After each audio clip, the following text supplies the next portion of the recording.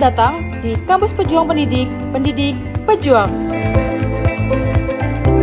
Universitas Veteran Bangun Nusantara merupakan institusi pendidikan tinggi yang memiliki motivasi untuk mencetak lulusan yang mandiri, unggul, profesional, berkarakter, dan memiliki nilai-nilai kejuangan.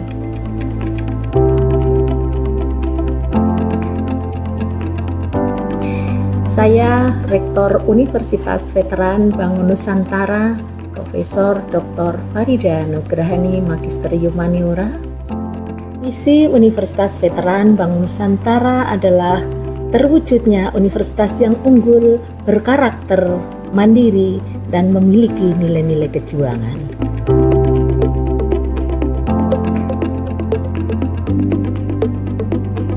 Univet bisa, Univet jaya, Univet unggul luar biasa.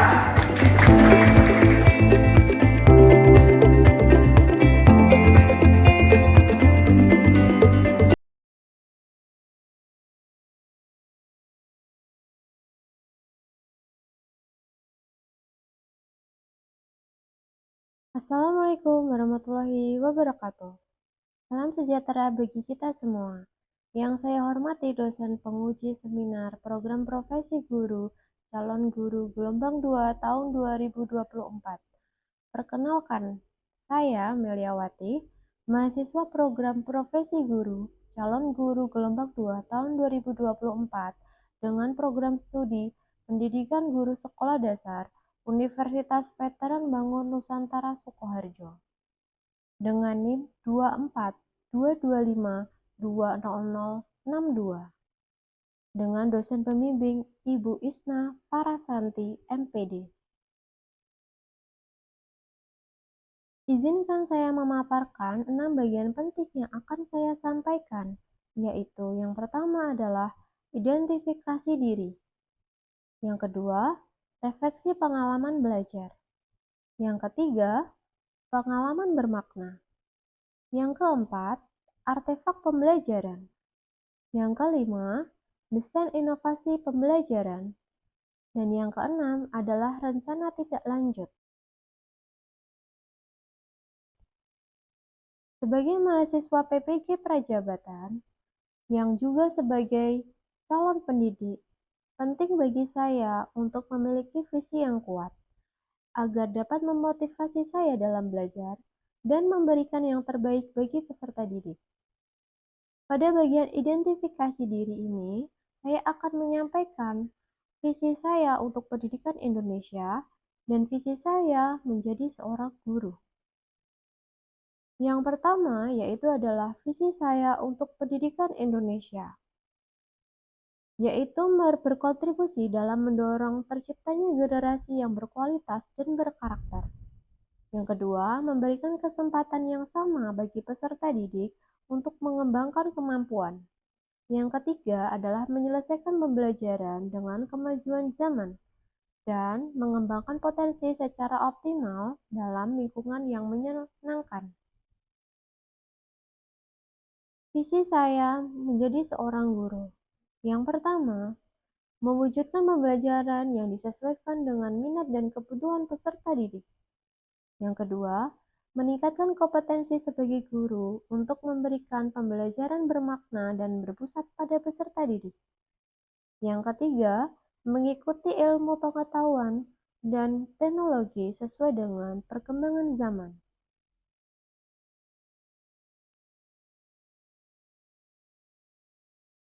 Hal-hal yang saya lakukan adalah 1. Melakukan pengembangan diri. 2. Memanfaatkan teknologi dalam upaya mengoptimalkan proses pengajaran dan pembelajaran. 3. Melakukan refleksi atau evaluasi dan berkolaborasi dengan rekan sejawat. Selama saya mengikuti program profesi guru di Universitas Veteran Bangun Nusantara Sukoharjo, saya mendapatkan banyak pengalaman belajar melalui mata kuliah yang saya dapatkan pada semester 1 dan semester 2. Masing-masing mata kuliah tersebut memberikan kegunaan bagi saya untuk mendapatkan wawasan dan pengetahuan. Adapun mata kuliah yang saya pelajari pada semester 1 adalah yang pertama, filosofi pendidikan Indonesia. Yang kedua, pembelajaran berdiferensiasi. Yang ketiga, pemahaman peserta didik dan pembelajarannya. Yang keempat, perspektif sosiokultural dalam pendidikan Indonesia. Yang kelima, praktik pengalaman mengajar 1. 6. Prinsip pengajaran dan asesmen 1. 7. Pencegahan dan penanganan kekerasan seksual.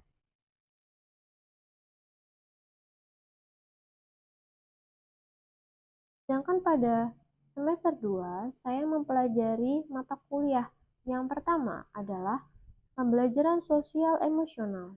Yang kedua, prinsip pengajaran dan asesmen 2. Yang ketiga, computational thinking. Yang keempat, proyek kepemimpinan. Yang kelima, praktik pengalaman lapangan 2. Dan yang keenam adalah seminar pendidikan profesi guru.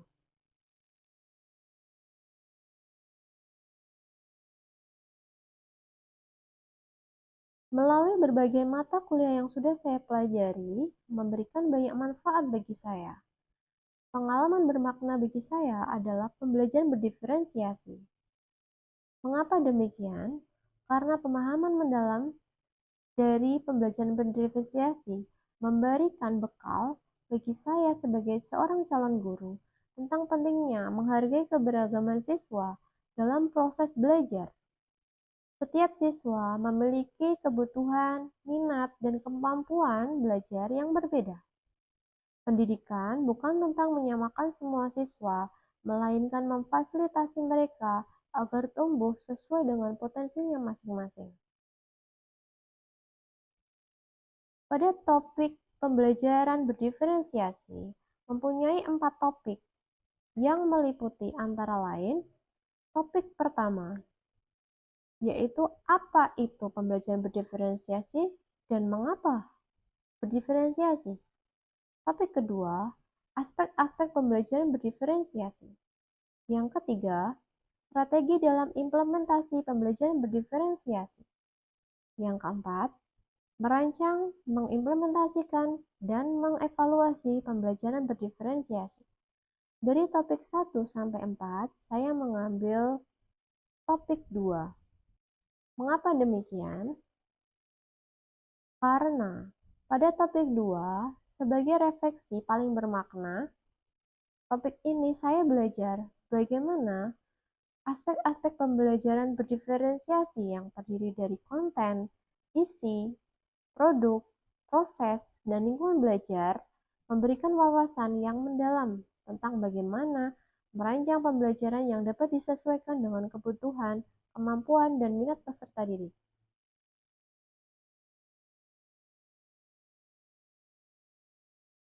Aspek berdiferensiasi konten. Saya mengetahui bahwa perlunya menyesuaikan materi dengan cara yang berbeda sesuai dengan kebutuhan siswa. Yang kedua, aspek berdiferensiasi proses, yaitu menyesuaikan bagaimana siswa belajar untuk memenuhi kebutuhan siswa. Yang ketiga, aspek berdiferensiasi produk, yaitu menyesuaikan bagaimana siswa menunjukkan apa yang telah mereka pelajari. Yang keempat, yaitu lingkungan belajar, menyesuaikan di mana dan bagaimana suasana pembelajaran berlangsung. Artefak pembelajaran yang membantu saya memahami pembelajaran berdiferensiasi pada topik kedua adalah ruang kolaborasi, demonstrasi kontekstual, dan koneksi antar materi. Di mana artefak yang paling bermakna dalam pembelajaran saya adalah ruang kolaborasi, karena memberikan wawasan kepada saya bagaimana implementasi aspek-aspek berdiferensiasi seperti konten, proses, produk, dan lingkungan belajar di dalam kelas. Berdasarkan dari apa yang saya pelajari, saya mempunyai desain inovasi pembelajaran berupa pembelajaran berdiferensiasi dengan media digital, memanfaatkan aplikasi Canva, PowerPoint, dan WordWall. Sebelumnya saya melakukan tes diagnostik untuk mengetahui gaya belajar peserta didik dan membaginya dalam kelompok auditori, visual, dan kinestetik. Mengapa saya melakukan desain pembelajaran ini? Hal ini saya lakukan karena yang pertama, pembelajaran berdiferensiasi memberikan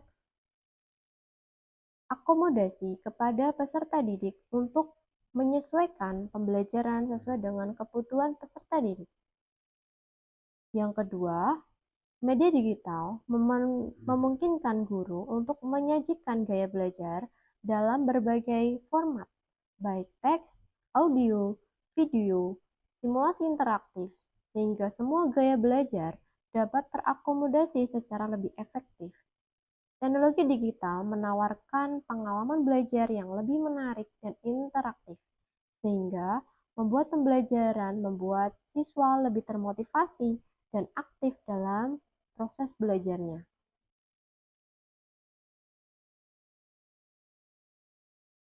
Modul ajar yang saya gunakan dalam desain ini adalah modul ajar fase B, kelas 4, materi piktogram dan diagram batang.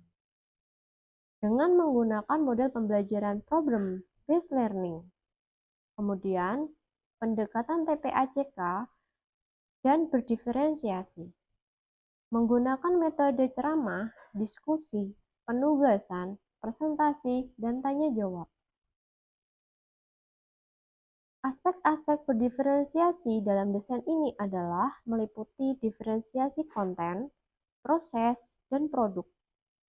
Di mana diferensiasi konten yaitu adanya berbagai sumber belajar berupa PowerPoint, video pembelajaran, dan gerak lagu yang dapat digunakan oleh peserta didik dalam proses pembelajaran sesuai dengan gaya belajar mereka masing-masing. Yang kedua, diferensiasi proses, yaitu adanya kolaborasi antara peserta didik dalam proses diskusi kelompoknya. Setiap kelompok terdiri dari peserta didik yang memiliki gaya belajar visual, auditori, dan kinestetik. Yang ketiga, diferensiasi produk, yaitu adanya perbedaan hasil belajar pada setiap kelompok sesuai dengan gaya belajar peserta didik.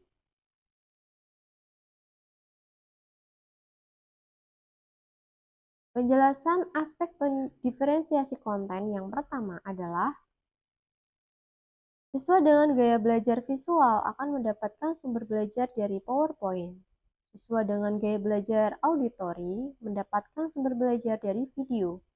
Dan siswa dengan gaya belajar kinestetik akan mendapatkan sumber belajar dari gerak lagu.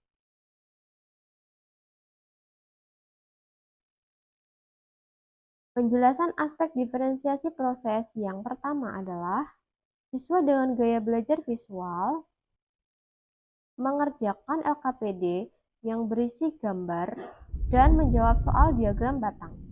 Siswa dengan gaya belajar auditori menjawab soal dari video dan membuat lagu tentang piktogram. Siswa dengan gaya belajar kinestetik melakukan eksperimen penyajian data menggunakan media padi atau media papan, dadu, diagram batang.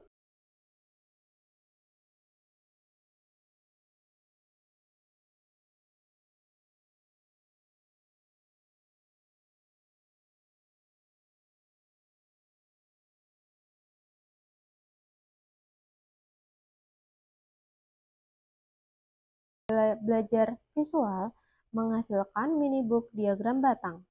Siswa dengan gaya belajar auditori menghasilkan mini-book piktogram. Siswa dengan gaya belajar kinestetik melakukan percobaan yang kemudian disajikan dalam diagram batang pada media padi.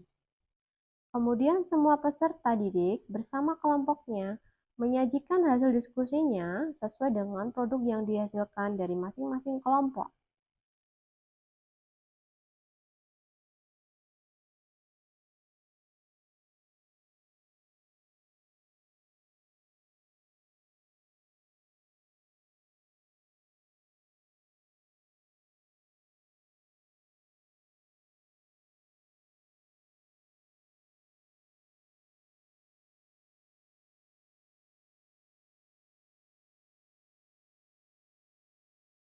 Mengenai informasi umum pada modul ajar yang saya gunakan, yaitu adalah tahun penyusunan tahun 2025, mata pelajaran matematika, fase B, kelas 4, semester genap, bab piktogram dan diagram batang, topik membaca dan menafsirkan piktogram dan diagram batang, dengan alokasi waktu 2 kali 35 menit atau 2 JP. Kompetensi awal, peserta didik mampu membaca dalam bentuk tabel dan menyajikan data dalam bentuk narasi. Profil pelajar Pancasila yang digunakan adalah yang pertama, beriman bertakwa kepada Tuhan Yang Maha Esa dan berakhlak mulia. Yang kedua, mandiri. Ketiga, bernalar kritis. Keempat, bergotong royong. 5, kreatif. Adapun sarana dan prasarana yang digunakan adalah LCD, proyektor, speaker, video pembelajaran, PowerPoint, LKPD, dan board wall. Alat dan bahan yang digunakan yaitu adalah kertas, alat tulis, gunting, lem, dan pensil warna.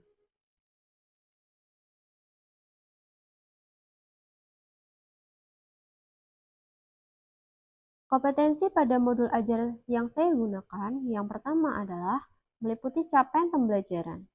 Pada akhir fase B, peserta didik dapat mengurutkan, membandingkan, menyajikan, menganalisis, dan menginterpretasi data dalam bentuk tabel, diagram gambar, piktogram, dan diagram batang skala 1 satuan.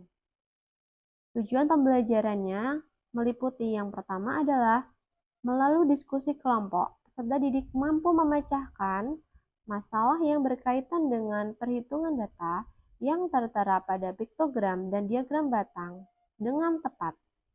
Yang kedua, melalui pengamatan video, peserta didik mampu membuat diagram batang dan piktogram dengan tepat. Yang ketiga, melalui kegiatan presentasi kelompok, peserta didik mampu menyajikan data dalam bentuk diagram batang dan piktogram dengan benar.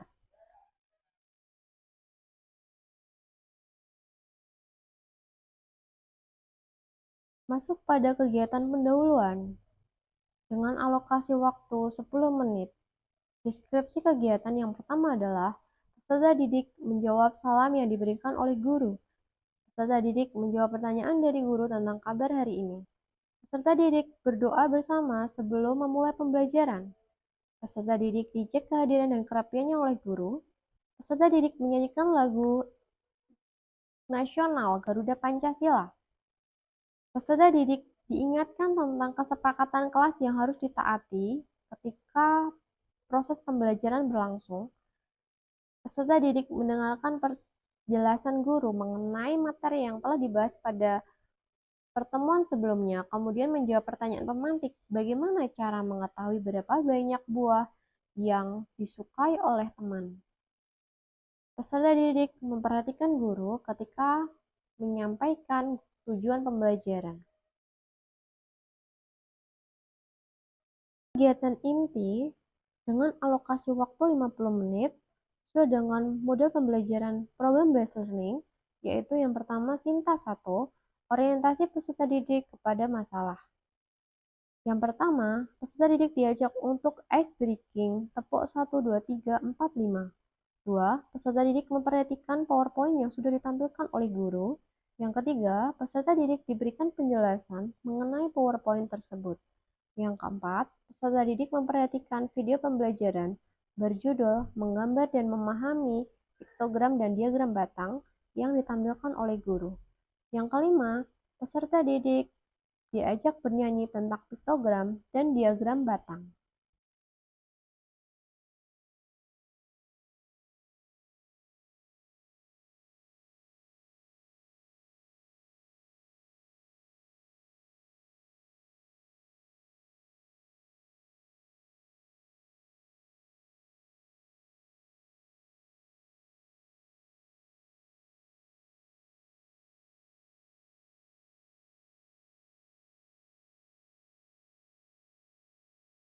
Pada tahap ke-6, peserta didik bersama guru melakukan spin dengan media Wheel of Name pada word wall untuk memanggil beberapa siswa. Langkah ketujuh, peserta didik diajak mengerjakan kuis menggunakan media wordball. Hal ini digunakan untuk membuat siswa agar tertarik dalam pembelajaran. Masuk pada sinta kedua, mengorganisasikan peserta didik.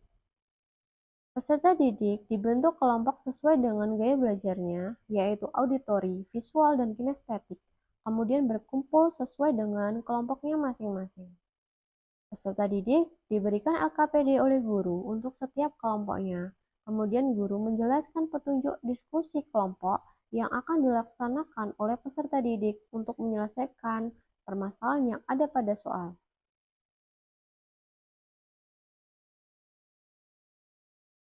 Masuk pada sinta ketiga, yaitu membimbing penyelidikan kelompok. Peserta didik mendiskusikan LKPD yang telah didapatkan oleh guru.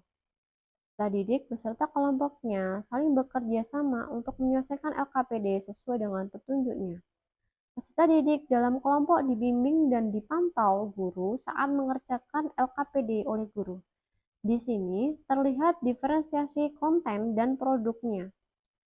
Bagi kelompok visual, memahami ilustrasi gambar yang disajikan LKPD, kemudian mengerjakan minibook yang dengan menggambar diagram batang.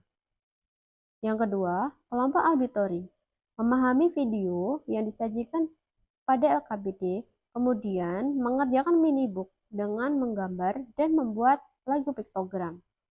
Yang ketiga, kelompok kinestetik, yaitu melakukan percobaan mencari banyak data yang disajikan pada LKPD, kemudian menyesuaikan diagram batang yang ada pada media PADI, yaitu media papan dadu diagram.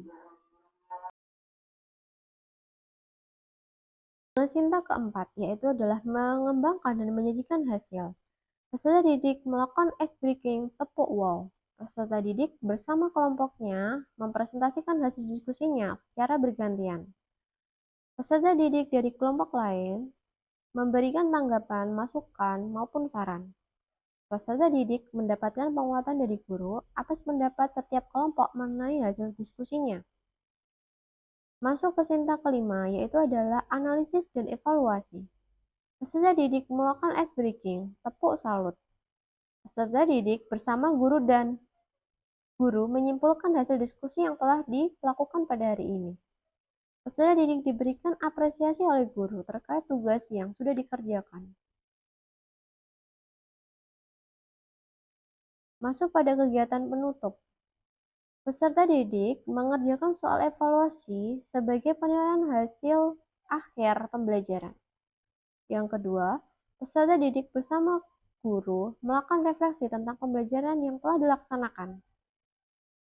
Peserta didik bersama guru menyimpulkan kegiatan pembelajaran.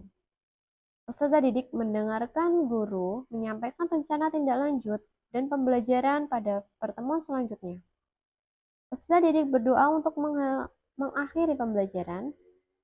Peserta didik menjawab salam dari guru.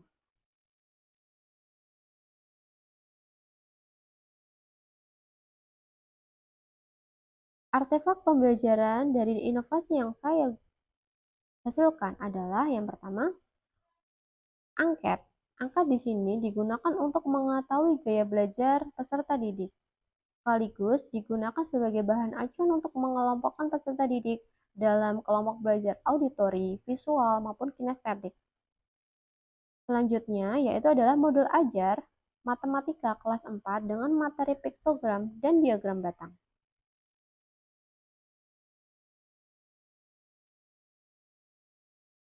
Artefak selanjutnya adalah media pembelajaran yang digunakan pada materi piktogram dan diagram batang kelas 4. Yang pertama adalah lagu Garuda Pancasila. Yang kedua, PowerPoint dengan judul piktogram dan diagram batang. Yang ketiga, lagu tentang piktogram dan diagram batang. Yang keempat, video pembelajaran tentang piktogram dan diagram batang.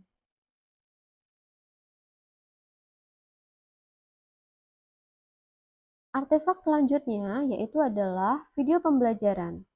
Video pembelajaran digunakan sebagai artefak bukti implementasi pembelajaran berdiferensiasi di dalam kelas. Kemudian, artefak selanjutnya adalah lembar kerja peserta didik yang meliputi LKPD kelompok visual, kelompok auditori, dan kelompok kinestetik.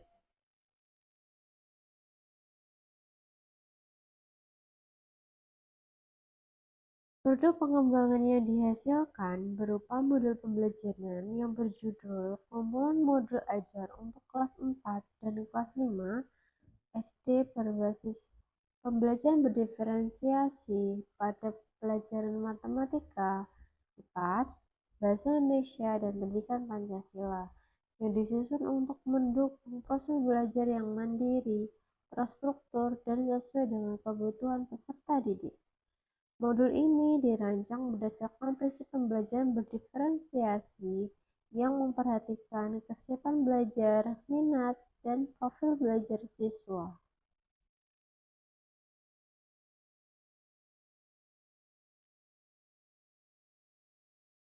Refleksi pengalaman selama saya mengikuti program profesi guru.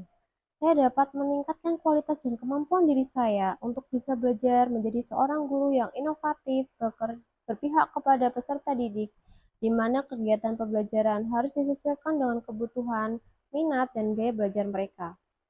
Pengalaman saya selama mengikuti kegiatan ini, saya mendapatkan banyak wawasan baru, memperdalam kompetensi pedagogik, dan semakin memahami peran guru yang sesungguhnya di era abad ke-21.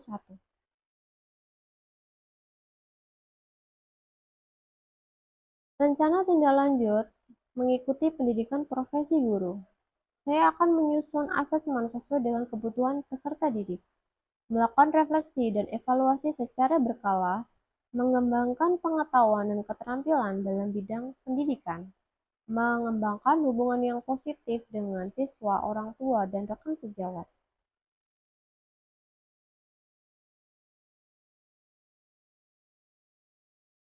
Berdasarkan pengalaman saya dalam menerapkan pembelajaran berdiferensiasi menggunakan media digital, saya menyimpulkan bahwa pendidikan ini sangat efektif dalam memenuhi kebutuhan belajar siswa yang beragam. Dengan memanfaatkan teknologi digital, saya dapat menyesuaikan materi, proses, dan produk pembelajaran berdasarkan gaya belajar mereka. Media digital memudahkan saya untuk menyediakan berbagai pilihan konten, memfasilitasi proses belajar yang fleksibel dan interaktif, serta memberikan ruang bagi siswa untuk menunjukkan pemahaman mereka melalui berbagai bentuk produk. Sekian pemaparan dari saya mengenai seminar program profesi guru yang meliputi refleksi saya mengikuti program profesi guru ini selama 1 tahun. Mohon maaf apabila terdapat banyak kesalahan dalam penyampaiannya. Saya ucapkan terima kasih untuk segala perhatian dan wassalamualaikum warahmatullahi wabarakatuh.